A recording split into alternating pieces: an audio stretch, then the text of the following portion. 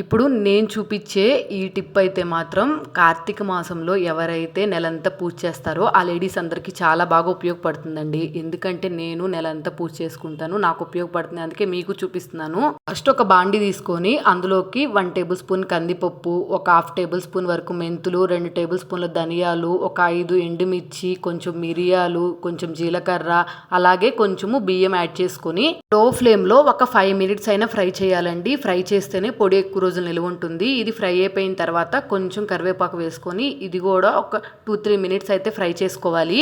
ఇవన్నీ ఫ్రై అయిపోయిన తర్వాత స్టవ్ ఆఫ్ చేసుకొని చల్లార్చుకొని మిక్సీ జార్లోకి అయితే వేసుకొని కొంచెము డ్రై జింజర్ పౌడరు, కొంచెం పసుపు, అలాగే కొంచెం సాల్ట్ వేసుకొని మెత్తడి పౌడర్ చేసుకుని అయితే డబ్బాలో పెట్టుకున్నాం అనుకోండి. ఇది ఒక నెలంతా మనము మార్నింగ్ రసం చేసుకోవడానికి అయితే బాగా ఉపయోగపడుతుంది.